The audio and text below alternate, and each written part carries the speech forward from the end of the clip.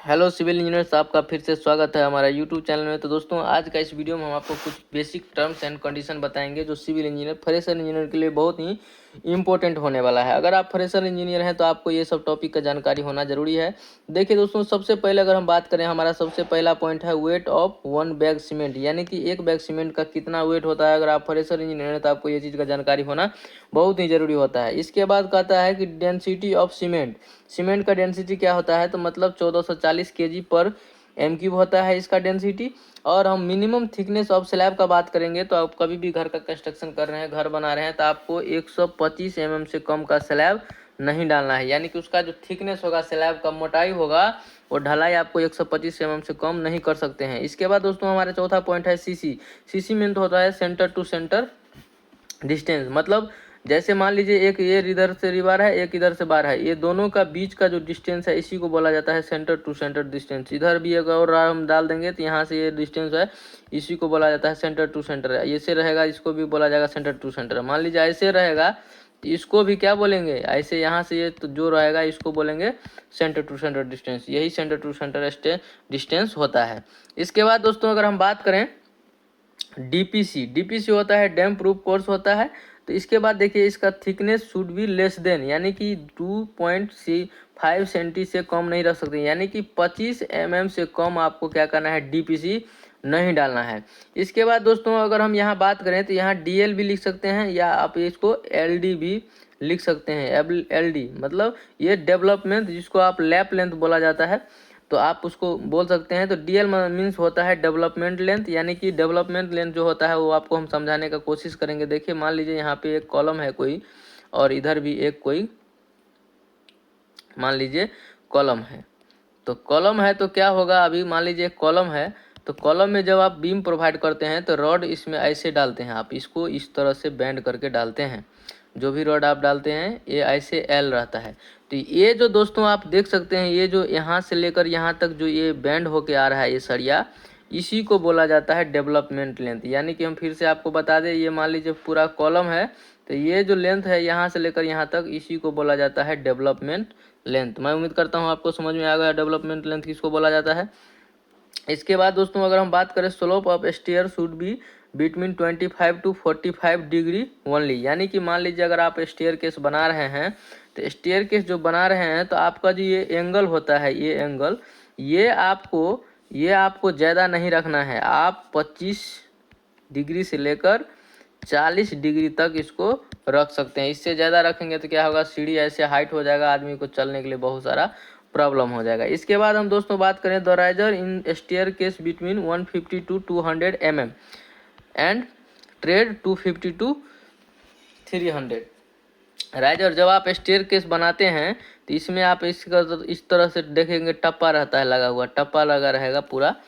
जैसे मान लीजिए ऐसे करके जाता है, ऐसे जाएगा, ऐसे जाएगा, ऐसे जाएगा, ऐसे जाएगा, ऐसे जाएगा, ऐसे जाएगा, तो जिस पे आप चढ़ते हैं, तो यही बोल रहा है कि इसमें क्या बोलता है, राइजर आपको 150 to 200 रख सकते हैं, और ट्रेड आप 250 से 300 रख सकते हैं।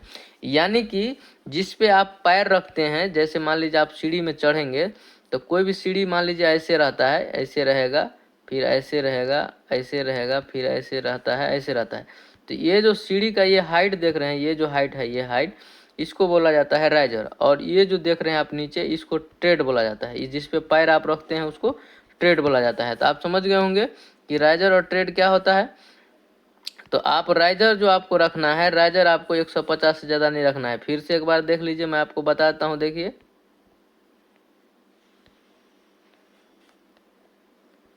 ऐसे रहता है, तो ये जो होता है ना, ये ट्रेड होता है, और ये हाइट होता है राइजर। तो इसको इससे ज़्यादा आप नहीं रख सकते हैं। इसके बाद दोस्तों, दूसरा पॉइंट है हमारे पास, नंबर पॉइंट है, the numbers of BRICS required in 1 m cube. यानी कि 1 क्यूबिक मीटर में कितना ब्रिक लगेगा, तो याद रखना है आपको 550 ब्रिक लगता है। और minimum grade of concrete use in slab, यानी कि आप अगर स्लैब का कास्टिंग कर रहे हैं, आप कोई भी मान लीजिए स्लैब डाल रहे हैं, तो M20 यानी कि 1:3 का रेशियो आपको क्या करना है, फॉलो करना है। इससे कम ग्रेड का आप आरसीसी कंक्रीट नहीं डाल सकते हैं, नहीं डालना चाहिए, क्योंकि उसका स्ट्रेंथ बराबर नहीं आएगा। तो जनरली गांव में जो भी काम होता है, इसी यूनिट को फॉलो किया जाता है। इसके बाद हमारा 11 नंबर का पॉइंट है, यहाँ पे देख सकते हैं unit weight of steel formula. अगर हम स्टील का वेट निकालना चाहे दोस्तों, मैं बता दूं आपको फिर से, देखिए मान लीजिए आपके पास कोई रॉड है 12 mm, 10 mm, 8 mm, किसी भी डाया का रॉड है। मान लीजिए हमको 10 mm रॉड का क्या करना है, इसका वेट निकालना है। तो 1 मीटर का वेट निकालता है सिर्फ, कितना मीटर का, 1 मीटर का सिर्फ वेट हमको निकालता है d²/162। तो d² का मतलब समझिए क्या होता है। d² मतलब होता है डाया, 10 का डाया है तो हम लिखेंगे 10 × 10 डिवाइडेड कर देंगे 162 से। यहाँ पे जो रिजल्ट आएगा वो हमारा 1 मीटर का वेट आ जाएगा। 1 मीटर का वेट आपको पता चल गया तो एक सरिया 12 मीटर का होता है, उसको गुना कर दीजिए, हो जाएगा। अगर मान लीजिए आपको 12 का सरिया निकालना है तो यहाँ लिखना है 12 × 12, इसके बाद 162 से डिवाइड करेंगे, जो रिजल्ट आएगा ये आपको क्या हो जाएगा, सरिया का वेट हो जाएगा 1 मीटर का।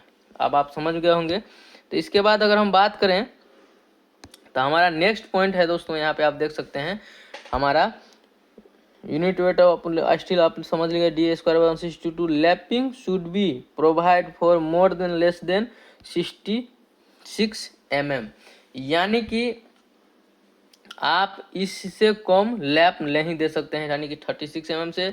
Maximum free fall of concrete, 13 number point कहता है maximum free fall of concrete 1.5 metre, यानी कि दोस्तों मान लीजिए आप कंक्रीट यहाँ पे डाल रहे हैं तो आप यहाँ से मान लीजिए आप कंक्रीट गिरा रहे हैं, डायरेक्ट गाड़ी से यहाँ से गिरा रहे हैं, तो ये 1 मीटर मतलब कि 1.5 मीटर से ज़्यादा हाइट नहीं होना चाहिए। 1.5 मीटर से ज़्यादा ऊपर से कंक्रीट अगर गिरेगा तो क्या होगा, उसका जो स्टोन होता है वो अलग हो जाता है, सैंड अलग हो जाएगा और वाटर अलग हो जाएगा।